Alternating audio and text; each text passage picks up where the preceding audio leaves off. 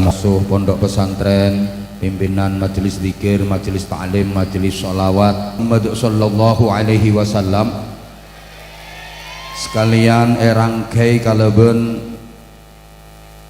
haul sahibur ratib al-haddad kimantar mogeh kula sareng dan panjenengan sedajana iso taga gitu urusannya. Mudah-mudahan semuanya mendapatkan hidayah, ma'unah, maghfirah, barokah dan ridha Allah subhanahu wa ta'ala. Mudah-mudahan semuanya berhak mendapatkan syafaatnya Rasulullah. Mudah-mudahan semuanya selamat, mulia, bahagia dunia akhirat. Memperingati maulid Nabi itu hukumnya lebih dari wajib, bukan hanya sekedar wajib tapi lebih dari wajib. Kenapa demikian? Dalam sebuah hadis qudsi Allah menyatakan laulaka ya Muhammad ma khalaqtul aflaq. Andaikan bukan karena engkau wahai Muhammad, aku Allah tidak akan menciptakan jagat raya semesta. Jadi kalau bukan karena Nabi Muhammad, Allah tidak menciptakan dunia seisinya. Kalau bukan karena Nabi Muhammad, Allah tidak akan menciptakan langit beserta cakrawala dan isinya. Kalau bukan karena Nabi Muhammad, Allah tidak akan menciptakan laut bersama isinya. Allah tidak akan menciptakan jin, malaikat kalau bukan karena Nabi Muhammad. Kalau bukan karena Nabi Muhammad, Allah tidak akan menciptakan surga dengan kenikmatannya. Jadi ringkasnya, kalau bukan karena Nabi Muhammad, seluruh makhluk termasuk kita manusia tidak diciptakan oleh Allah. Jadi Allah menciptakan semuanya itu karena Nabi Muhammad sallallahu alaihi wasallam. Para jamaah, sering dibaca ketika mahallul qiyam dalam maulid ad-dibai, dan sekarang alhamdulillah kembali viral sholawat itu. Ya Habibi ya Muhammad ya arusal khafiqaini ya muayyad ya mumajjad ya imam al-qiblataini. Sama-sama sallallahu ala Muhammad sallallahu alaihi wasallam sallallahu ala Muhammad sallallahu alaihi wasallam. Ya Habibi, wahai kekasihku, ya Muhammad, wahai Nabi Muhammad, ya arusal khafiqaini.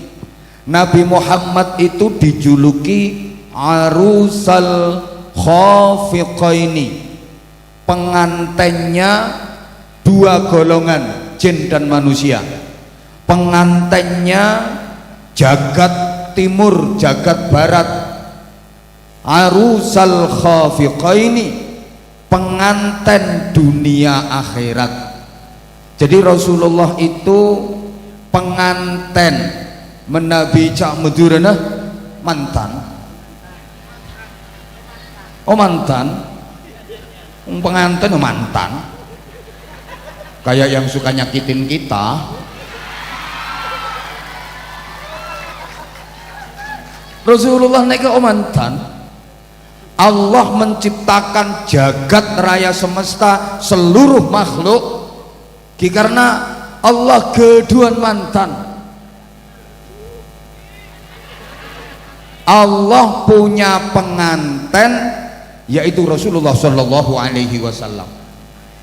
Gambarannya kayak orang punya hajat mantu, yaitu karena ada mantan, karena punya penganten, maka segala sesuatu dipersiapkan. Kadang rumah direnovasi, diperbaiki karena penganten, mendatangkan sound system karena penganten, dekorasi lengkap dengan tukang riasnya didatangkan karena penganten, ada tukang foto, ada tukang syuting, ya karena acara mantan. Semua makanan disiapkan dengan berbagai jenis menu, dimasak, yaitu karena punya manten. Macam-macam kue, jajan yang enak-enak dibikin, itu juga karena penganten. Seluruh tamu undangan datang ikut menghormat, itu juga karena manten. Kalau nggak ada penganten, ya semuanya nggak dipersiapkan, semuanya nggak dibuat. Betul? Jadi jagat raya semesta diciptakan Allah karena penganten, yaitu Nabi Muhammad. Maka sampeyan kalau menggambarkan Nabi Muhammad itu kayak penganten. Kemuliaan Nabi Muhammad seperti penganten. Coba perhatikan, di acara pernikahan, di acara mantenan, dari semua orang yang datang dalam acara itu, yang paling tinggi derajatnya, yang paling mulia adalah pengantennya. Siapapun datang ke acara penganten kalah mulia dengan pengantennya. Setinggi apapun jabatan orang, kalau datang ke acara mantan pasti kalah mulia dengan pengantennya. Bupati datang ke acara mantenan, tojuknya ebe-ebe. Saya tojuk atas, saya lenggi pada nang atas, mantan tangki. Gubernur datang di acara manten, duduknya di bawah, yang duduk di atas manten. Presiden datang ke acara mantenan, duduknya di bawah, yang duduk di atas manten. Nggak boleh mentang-mentang jadi presiden datang ke acara manten kemudian mantennya dipelorot, ayo turun kamu, pangkatnya lebih tinggi saya. Nggak bisa, tetap kalah mulia dengan pengantennya. Seperti itulah gambaran kemuliaan Nabi Muhammad. Siapapun orangnya, apapun status sosialnya, latar belakang kehidupannya, setinggi apapun jabatannya, dibanding Nabi Muhammad masih tetap lebih mulia Nabi Muhammad. Allahumma sholli ala Muhammad. Dan sifatnya Nabi Muhammad itu seperti mantan. Perhatikan, pakaiannya rapi. Orang kalau lagi jadi penganten pakaiannya bagus, rapi, anggun. Apa di sini ada manten udo? Jalannya kalem, tenang, berwibawa. Nabi Muhammad itu kayak gitu gambarannya, seperti manten lagi jadi penganten, jalannya anggun dan menjadi pusat perhatian dari semua orang. Apa ada manten kok jalannya nyak nyak nyak sambil pencolotan? Itu manten pencilaan itu namanya. Bicaranya kalem, tenang. Ada manten teriak-teriak, bengok-bengok, manten gendeng itu. Nabi Muhammad seperti itu, selalu menyunggingkan senyum. Perhatikan orang kalau lagi jadi manten, bibirnya selalu tersenyum, kepada siapapun tersenyum. Walaupun di acara manten itu ada orang yang nggak disukai, bahkan ada musuhnya datang sekalipun, manten tetap tersenyum. Seperti itulah Rasulullah, kepada siapapun baik, bahkan kepada orang yang memusuhi, Rasulullah tetap tersenyum. Ingat ketika Nabi berdakwah di Taif, mengajak masyarakat untuk menyembah Allah, mengajak kepada masyarakat untuk beriman, pidato baru 5 menit dilempar kotoran onta, pelek kena wajah, dilempar batu, dus, berdarah tubuh Rasulullah. Ya bengkak-bengkak. Nabi Muhammad itu kalau kena lempar batu ya bengkak, ya berdarah. Makanya masyarakat reng Banyuanyar, kalau ada orang Banyuanyar kena lempar batu kok bendol dan berdarah, jelas dia umatnya Nabi Muhammad. Lah sekarang ada orang Banyuanyar kena lempar batu teyeng, orangnya meringis, batunya yang hancur berkeping-keping, mungkin dia umatnya Limbat. Lu dilempar batu, dimusuhi kayak gitu, Rasulullah sama sekali nggak marah, nggak benci, apalagi memusuhi, enggak, malah didoakan yang terbaik. Allahumma hdi qaumi fa innahum la ya'lamun. Ya Allah, berikan hidayahmu, petunjukmu kepada kaumku itu, mereka memusuhi aku karena mereka belum mengerti. Ya Allah. Jadi Nabi Muhammad itu kalau menghadapi orang nakal itu enggak dianggap orang jelek, tapi dianggap orang yang belum baik. Kok kayak gak mudeng ya diomongin ya. Kanjeng Nabi ku lek ngadepi wong nakal enggak dianggap sebagai wong elek, tapi wong sing durung apik. Elek karo durung apik sami napa beda? Beda. Lo pada jubek sarang kita sae neka lain neka mon jubek sobung harapan dadi reng bagus, tapi mon kita sae udah harapan suatu saat berubah dadi sae ngono lain. Jadi orang nakal itu jangan dianggap orang jelek, tapi anggap dia sebagai orang yang belum baik. Ditelateni, diapii, nanti lama-lama dia berubah jadi baik. Jadi kula ben panjenengan sedaja di bedenang alam dunia neka toreh nyontoh prinsipnya dokter neka pinteronggu dokter neka. Dokter menghadapi reng sakit itu enggak dianggap sebagai orang yang mau mati, enggak. Dalam pandangan dokter, orang sakit itu bukan orang yang mau mati, tapi dianggap sebagai orang yang belum mati, belum sehat. Redin tapi on. Orang sakit nih kak, benereng sing arep mati ki apa bahasa Madurane? Hah? Reng sakit nih kak benereng sing para mati ya. Kan reng sakit nih kak, reng sing kita sehat. Kita beres. Hei dia tak beres. Nggak ada dokter ngadepi orang sakit kok dianggap sebagai orang yang mau mati. Masa dokter ngadepi orang sakit kok udah biarin jangan diganggu, itu mau mati? Nggak ada. Yo ditelateni, dirawat, diobati, lama-lama sehat, terbukti lama-lama sehat. Maka Nabi Muhammad kalau menghadapi orang yang nakal itu tidak dianggap sebagai orang jelek, tapi dia orang yang belum baik. Ditelateni, lama-lama jadi baik. Allahumma sholli ala Muhammad. Kalau saya campur pakai bahasa Jawa boleh apa enggak ya? Neka menang reng Madura dibanding reng Jawa. Rata-rata reng Madura neka oneng cak Jawa. Kan reng Jawa tak oneng cak Madura.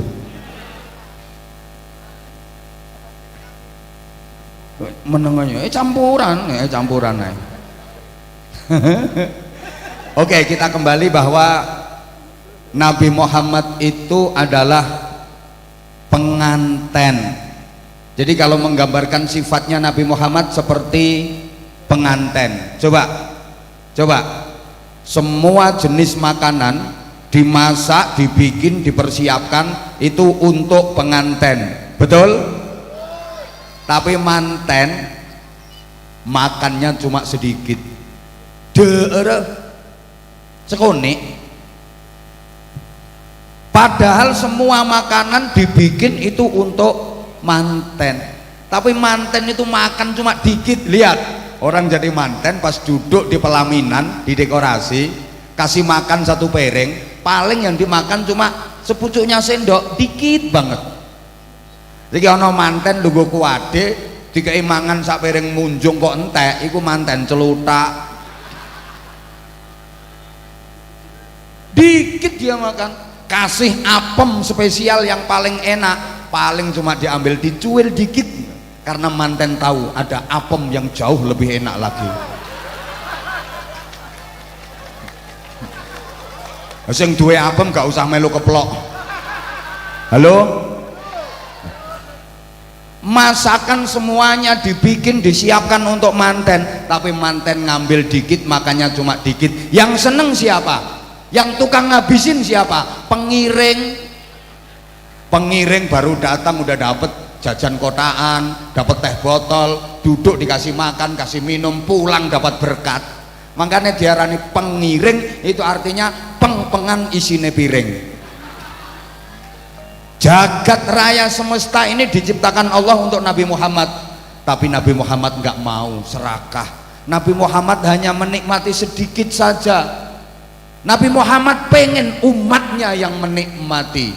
Bahkan Nabi Muhammad pernah ditawari, ini semua gunung akan berubah menjadi emas untuk modal perjuangan supaya nggak kekurangan dana. Nabi Muhammad nggak mau.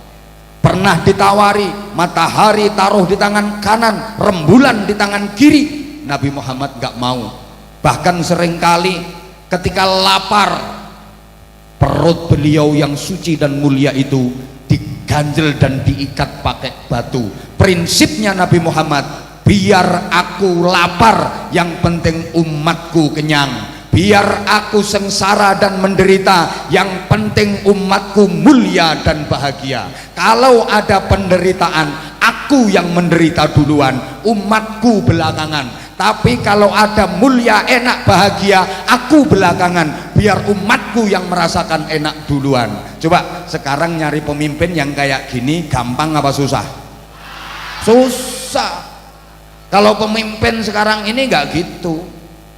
Kalau ada enaknya, perutku harus jemblung duluan.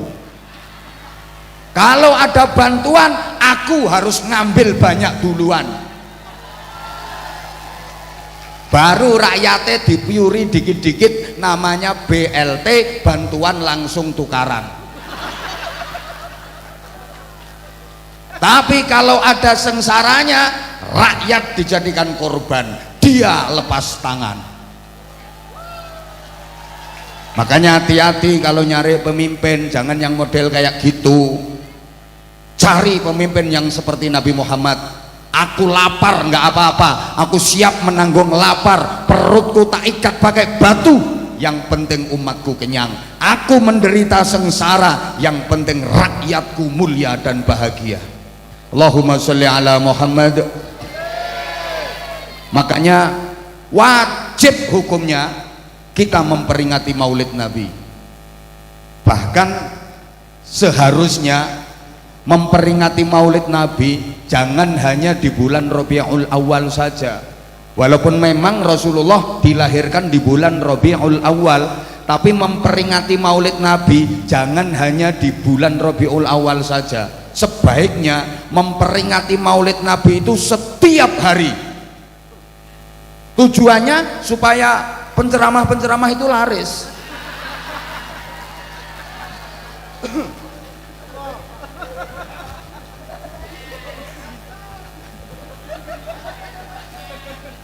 Ya sesering mungkin kita mengadakan peringatan Maulid Nabi agar kita diingatkan kembali, terus diingatkan kepada sirah nabawiyah, perjalanan hidup Nabi, perilaku hidup Nabi yang merupakan cermin agung bagi kita, uswatun hasanah bagi kita, untuk kita contoh dan kita teladani agar kita menjadi manusia yang baik dan benar serta diridhoi Allah. Karena jarak antara kita dengan Nabi Muhammad itu sangat jauh. Sementara kita disuruh mencontoh Nabi Muhammad. Nabi Muhammad ibarat sumber mata air yang airnya bersih, jernih, airnya sangat bening.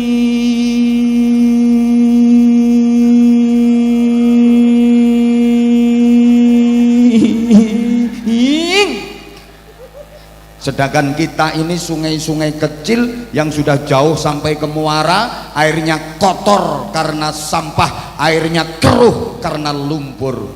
Keruh itu bahasa Inggrisnya the butek. Nabi Muhammad itu sumber mata air yang bersih, jernih, bening. Lah orang Banyuanyar ini banyunya butek, bukan anyar banyunya. Sungai kecil yang butek, bahkan ada yang bukan hanya sekedar sungai kecil, ada yang sudah jadi peceren. Itu orangnya datang di pojokan itu. Malah ada yang sudah jadi sapi tank. Sehingga wajib bagi kita untuk mendekat ke sumber mata air agar mendapatkan jernih, bening, bersih airnya, supaya butek kita itu lama-lama jadi bening. Allahumma sholli ala Muhammad. Dilanjut. Lah kalau kita mau mendekat ke sumber mata air sulit. Kita sulit mendekat kepada Nabi Muhammad. Ya paling tidak kita mendekat ke sungai-sungai besar yang airnya masih bersih, masih jernih, masih bening, agar kita yang kotor, yang butek dan keruh ini mendapatkan gerojokan air bersih, air bening, supaya butek kita hilang, lama-lama kita pun jadi bersih, jernih dan bening. Amin Allahumma. Siapa sungai besar yang airnya masih bersih yang harus kita dekati? Tidak lain adalah para ulama, para kiai, yang kiai ongguan, kiai ongguan. Ya berarti beda kiai sing tak ongguan, beda. Ki zaman ketineka banyak. Ki tampilannya kadi kiai, kan hakikatnya benar kiai.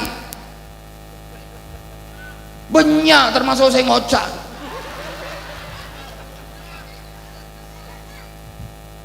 Lah kalau kiai beneran itu pernah mondok di pesantren dan mondoknya lama, dia bisa menguasai berbagai macam fan dan disiplin keilmuan, emang bisa ngaji, bisa baca kitab kuning, faham nahwu, sorob, qawaid, usul fikih, mustalah hadis, tahu asbabun nuzul, tahu sababul wurud, yang dibaca urut Fathul Qorib, Fathul Mu'in, Fathul Wahab. Itu kiai beneran.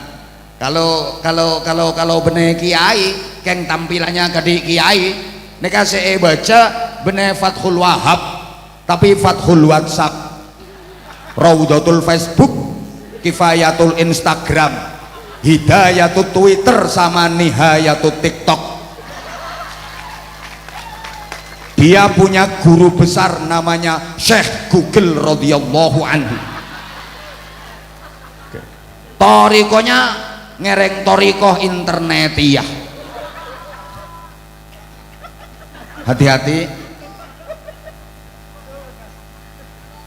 Kita harus ikut yang kiai beneran, karena kita hidup di zaman yang keruh. Zaman ini ibarat air itu butek, keruh. Air kalau keruh, butek, isinya nggak jelas, betul? Karena airnya butek maka isinya nggak jelas. Ini kecil apa besar, kene apa raja, tak jelas karena airnya butek. Iki gembuk apa atos, iki ndek apa dawa, iki lincip apa bendol, nggak jelas karena airnya keruh, karena airnya butek. Zaman sekarang ini tidak jelas, ini baik apa buruk, ini benar apa salah, ini halal apa haram, ini kiai apa bukan kiai, nggak begitu jelas. Ini ahlu sunnah wal jamaah apa bukan ahlu sunnah wal jamaah, nggak jelas. Bahkan ini Islam apa bukan Islam, nggak jelas. Buktinya yang nggak Islam nyolong, yang Islam juga kurang semangat. Yang nggak Islam nyolong, yang Islam juga. Yang nggak Islam korupsi, yang Islam juga. Yang nggak Islam ngerasani, yang Islam juga. Yang nggak Islam gendaan, yang Islam juga. Sekarang ini zamannya nggak jelas. Adik-adik tolong jangan teriak-teriak ya, nanti kalau sampean teriak-teriak terus tak suruh mindah sama banser, karena ganggu bapak dan ibunya yang lagi ngaji. Apalagi teriakmu sarung sarung, nggak mungkin tak tunjuk, nggak mungkin. Saya itu paling nggak suka kalau ada orang yang kakean cangkem, nggak suka. Kalau kamu berprestasi, kamu siap-siap, nanti tak panggil naik, buktikan prestasimu, bukan cuma dapat hadiah sarung, tambah duit. Tapi kalau kamu sekarang sarung sarung sarung, begitu tak panggil naik ternyata kamu nggak bisa apa-apa, tak jongkrokno. Allahumma sholli ala Muhammad.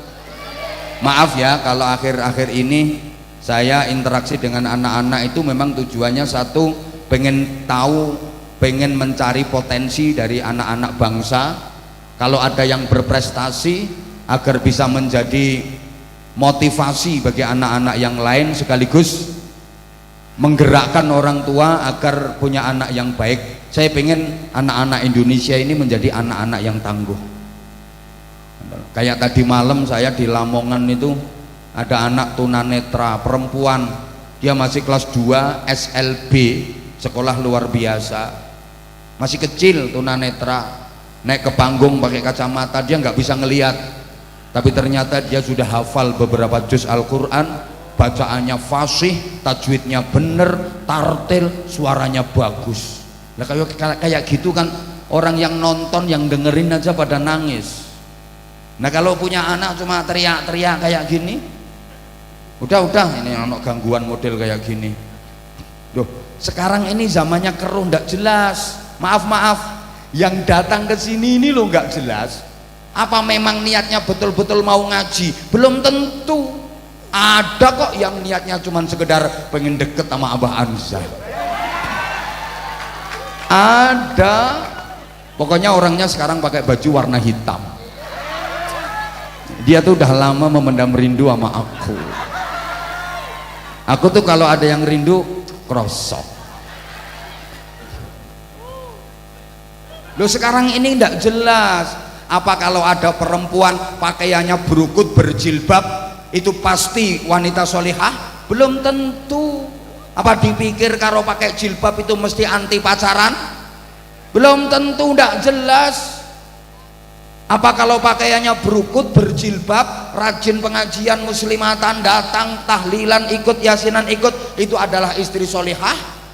Belum tentu. Kadang pakaiannya berukut berjilbab tapi suka ngomelin suami, nyelatuan nang bojo. Wonten apa mboten?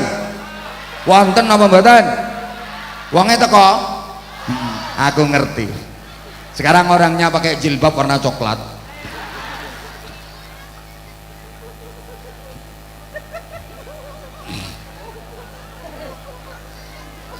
Lah peringatan Maulid Nabi ini tujuannya apa?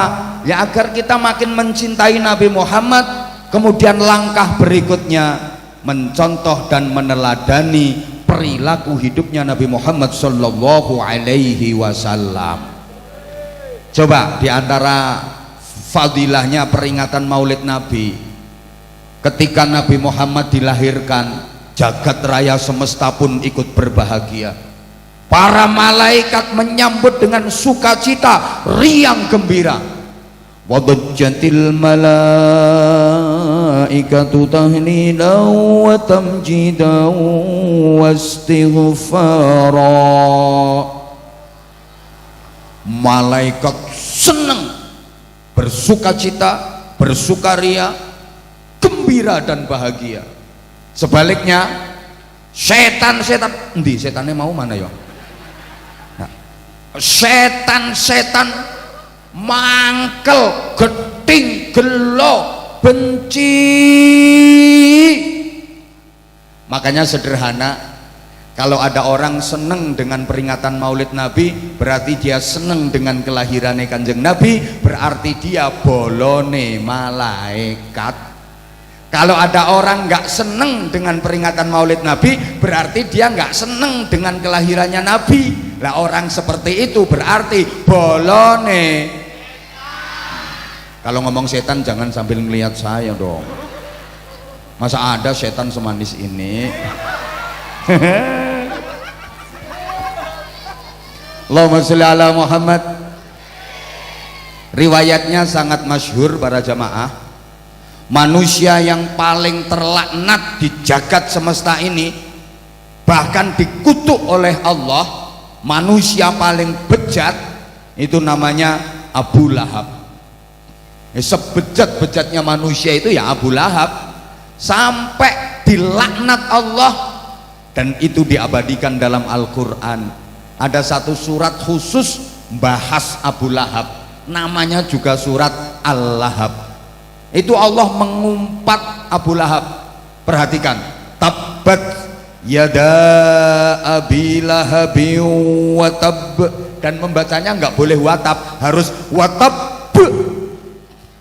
Saking gregetannya Allah sama Abu Lahab, saking bencinya Allah sama Abu Lahab, itu sampai diumpat. Tabat itu umpatan dalam bahasa Arab. Sakingannya kiai-kiai sepuh dulu itu halus-halus, hanya dimaknani celaka Abu Lahab. Padahal tabat itu artinya lebih dari celaka. Kalau orang Jawa bilang yo misuh.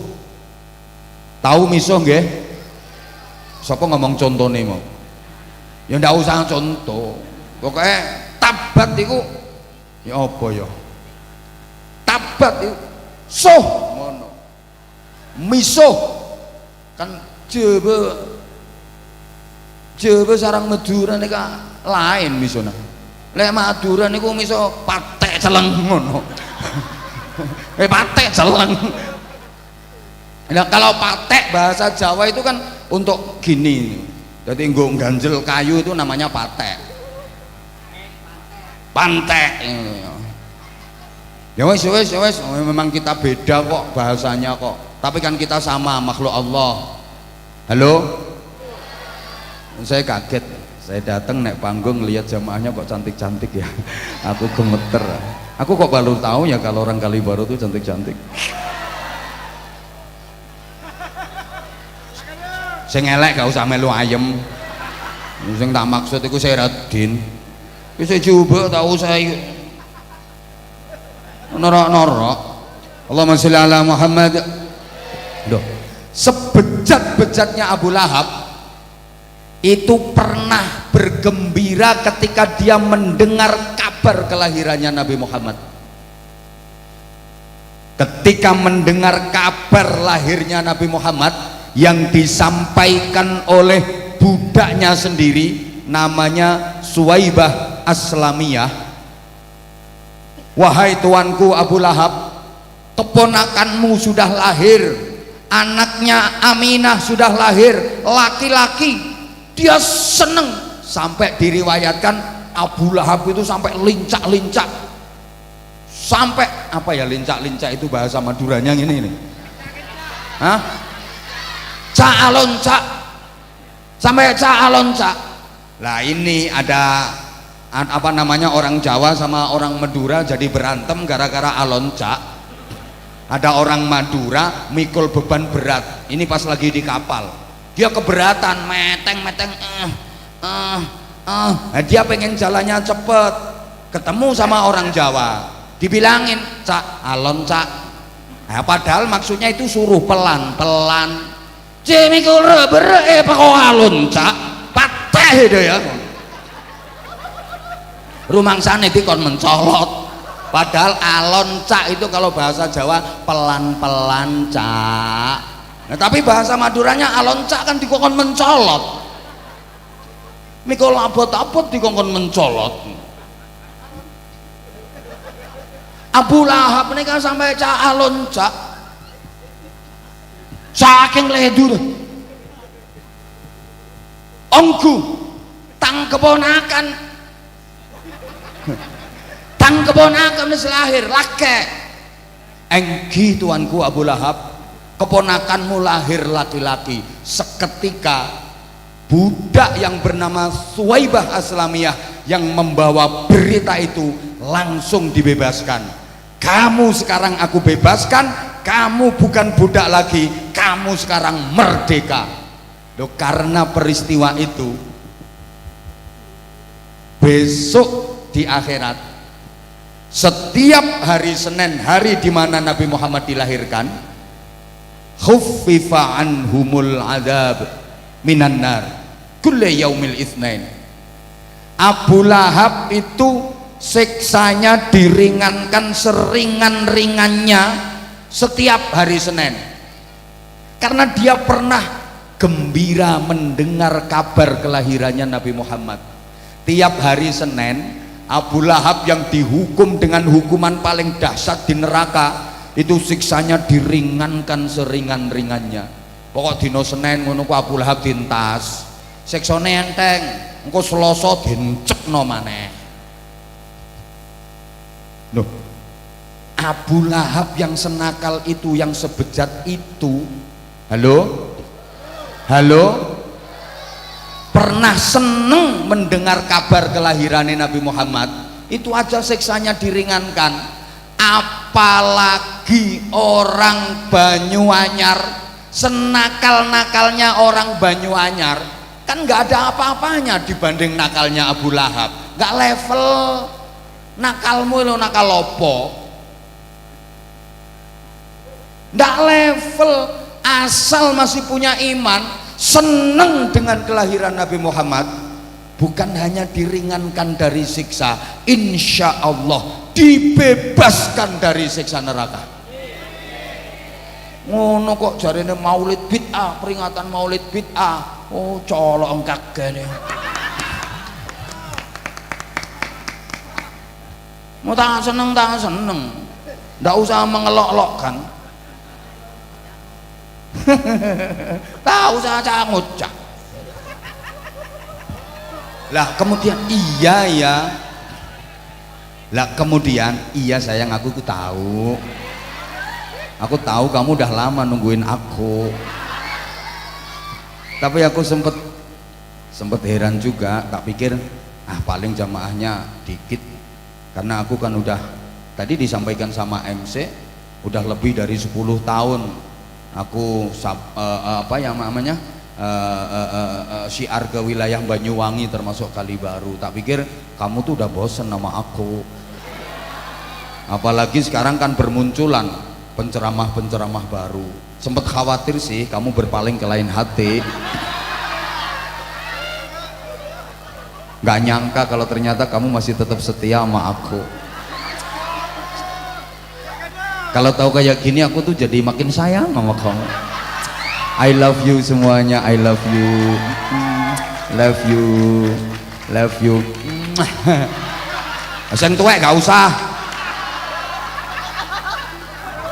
Tuwek melukis bae. Gila nih. Khusus sing nom ngene. Iki untune kari loro ngene. Nah tak balekno sing tuwek.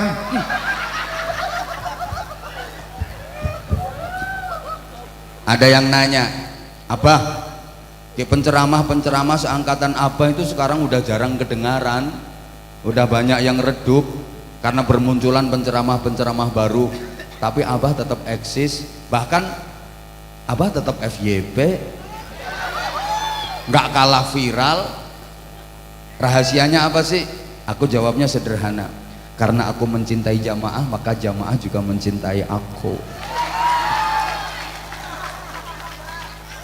Itu juga karena kamu sayang. Kalau bukan karena kamu, aku bukan siapa-siapa.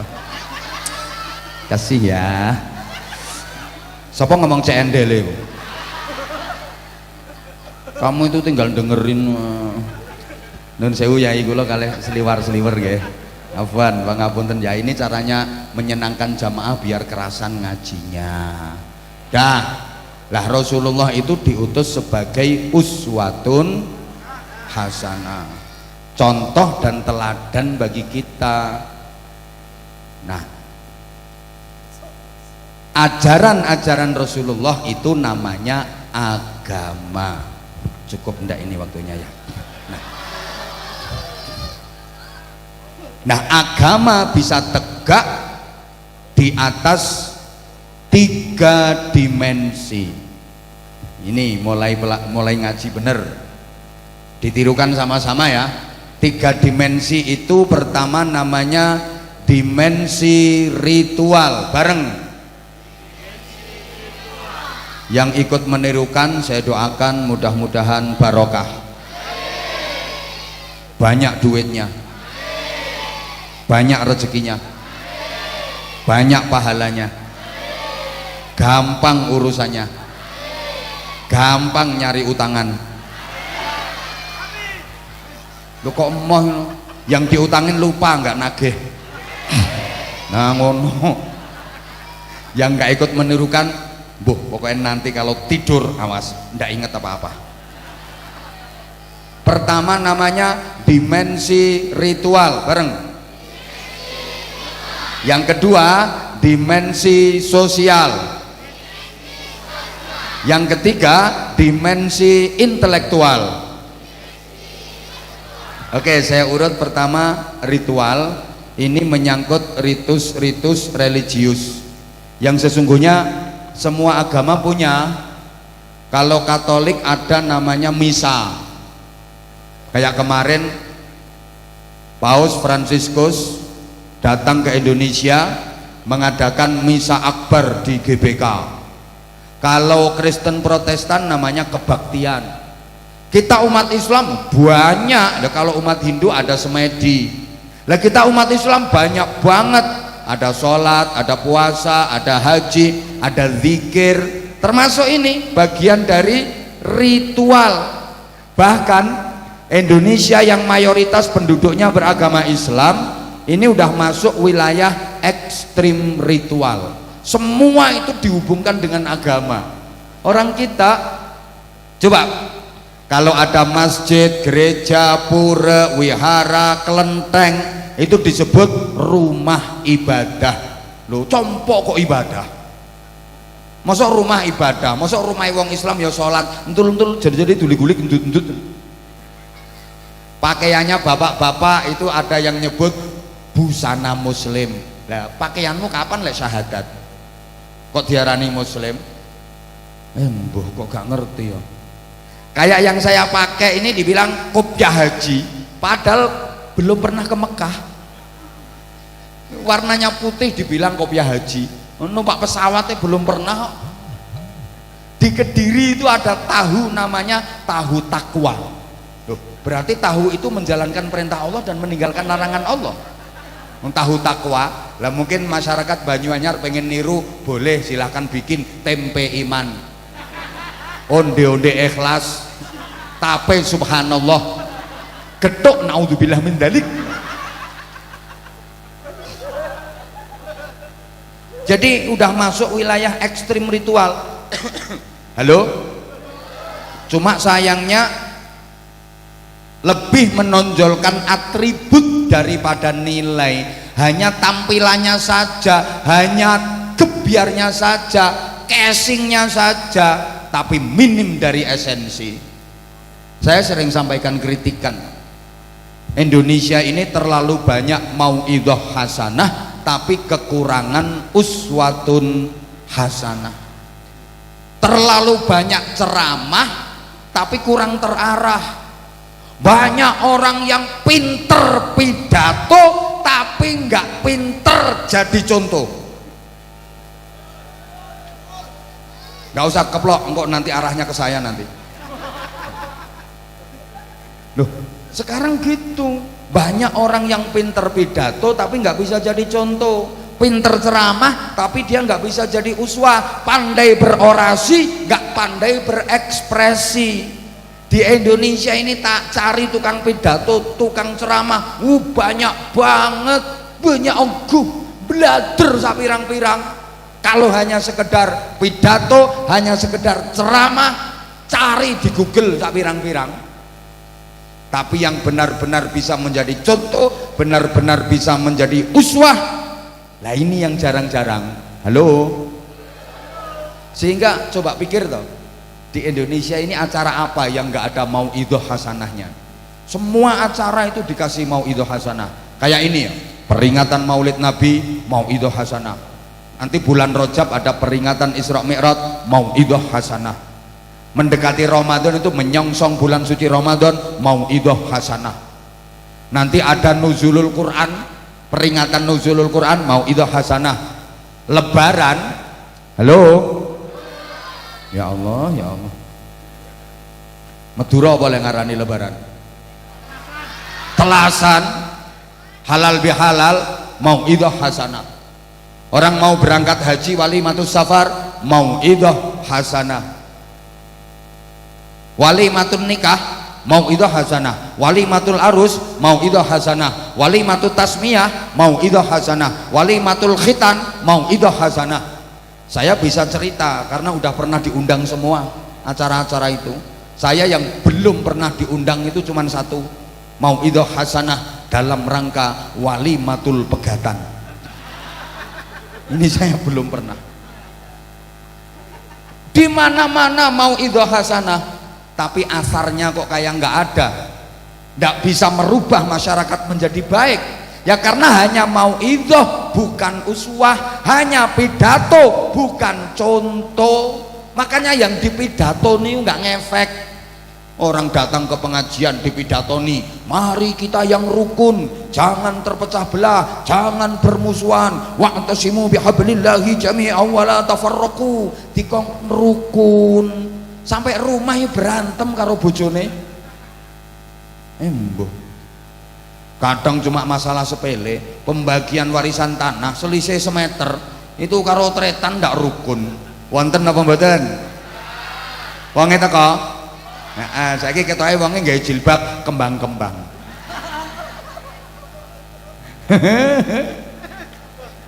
Ya Allah. Dipidatoni wala yaghtab ba'dukum ba'dha.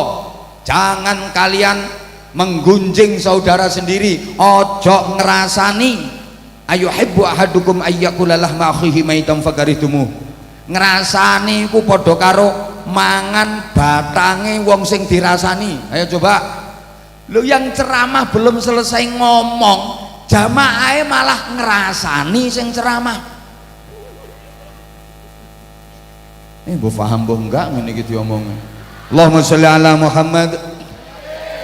Ya kenapa? Ya maaf.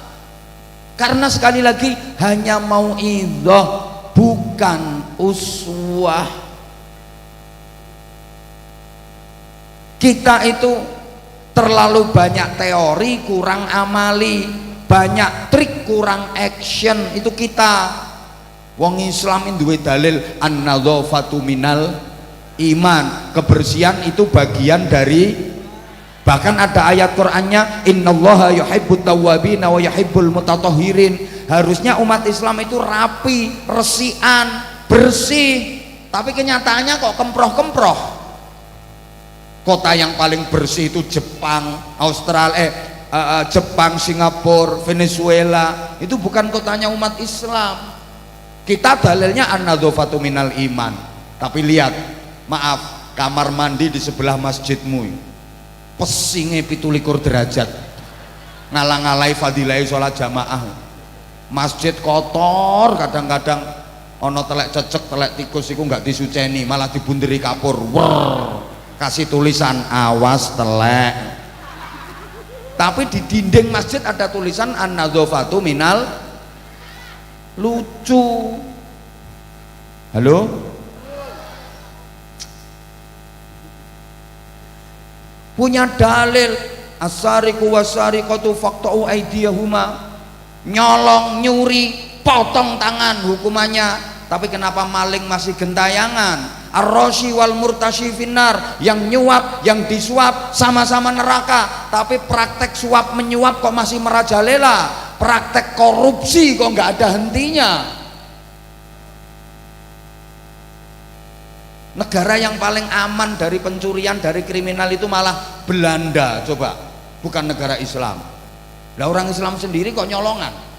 Coba kalau saya tanya pasti jawabannya bisa jawab dan banter dan sama. Saya yakin jamaah sekian ini kalau saya kasih satu pertanyaan jawabannya pasti sama. Tolong dijawab. Di manakah orang paling sering kehilangan sandal? Loh ya. Masjid malah. Katanya masjid rumah Allah. Allah Maha melihat. Lah kok sandal sering hilang?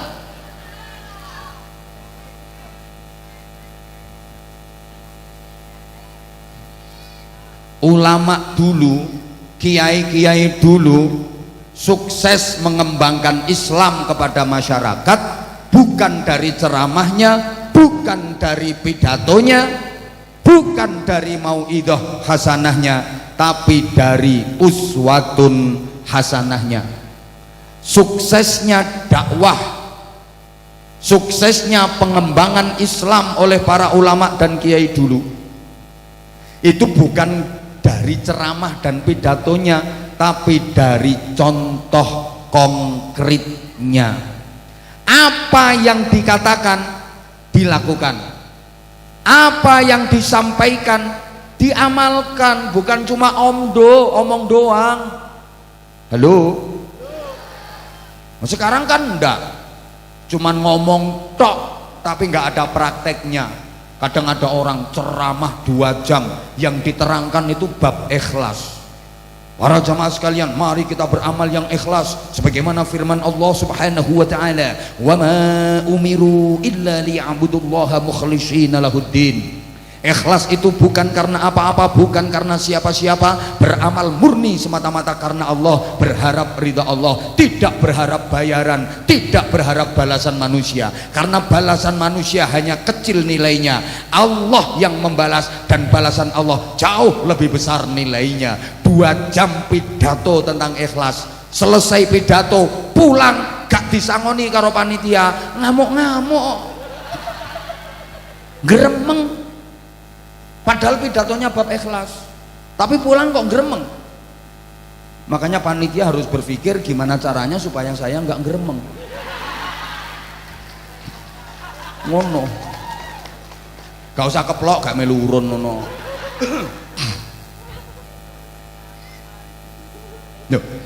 Kiai dulu itu pidatonya dikit, tapi karena yang dipidatokan diamalkan, makanya ampuh.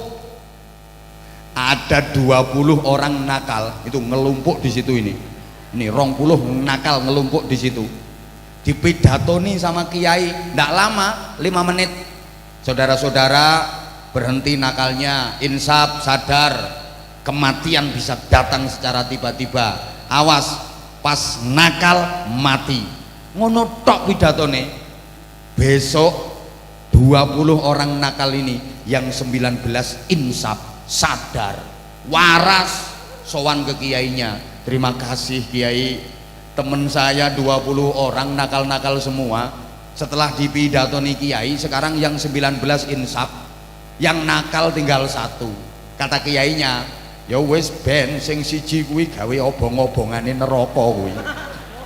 Ya neraka ya butuh obong-obongan, kalau nggak ada obong-obongannya kan nggak nyala nanti api neraka. 20 wong nakal dipidatoni kiai cuma 5 menit, besok yang 19 insaf. Nah, sekarang ada 20 orang nakal dipidatoni Abah Anja garis miring Anwar Zahid 2 jam lek pidato, besok sing nakal dadi selikur, soalnya ketambahan sing pidato. Kowe guyumu kok kaya setuju ngono.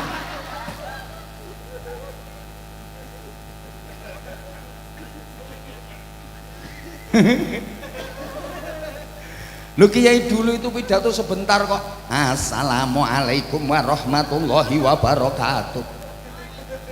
tantretan sedejene sebadan kaula amul jake ki supaya kenging rahmat Allah sayangi sareng Allah jek kelopain mon malam tahajud ki pon sekadinto sebadan kaula aturage akhirul kalam assalamualaikum warahmatullahi wabarakatuh pleman ngono tok pidatone. Tapi kiai yang ceramah tentang tahajud itu istiqomah qiyamul lail, tiap malam nggak pernah meninggalkan tahajud, makanya ampuh nasihat-nasihatnya gitu loh. Woi, sekarang ini ceramah 2 jam. Ciri orang soleh adalah qiyamul lail. Kalau pengen diangkat derajatnya dunia akhirat sama Allah, istiqomahkan sholat malam, jangan tinggalkan tahajud. Sebagaimana firman Allah Subhanahu wa taala dalam Al-Qur'an surah Al-Isra, "Wa minal laili fatahajjad bihi nafilatan lak asa ay yab'atsaka rabbuka maqaman mahmuda." Sing ceramah babar pisan gak tahu tahajud. Halo? Khotbah pertentangan sidang Jum'ah yang berbahagia. Sekarang kita memasuki bulan Dzulhijjah. Bagi yang mampu diwajibkan menjalankan ibadah haji. Bagi yang belum mampu ada anjuran untuk berkorban. Mari kita sisihkan sebagian harta kita untuk melaksanakan ibadah korban. 1 orang 1 kambing. Kalau seekor sapi bisa digunakan sekeluarga untuk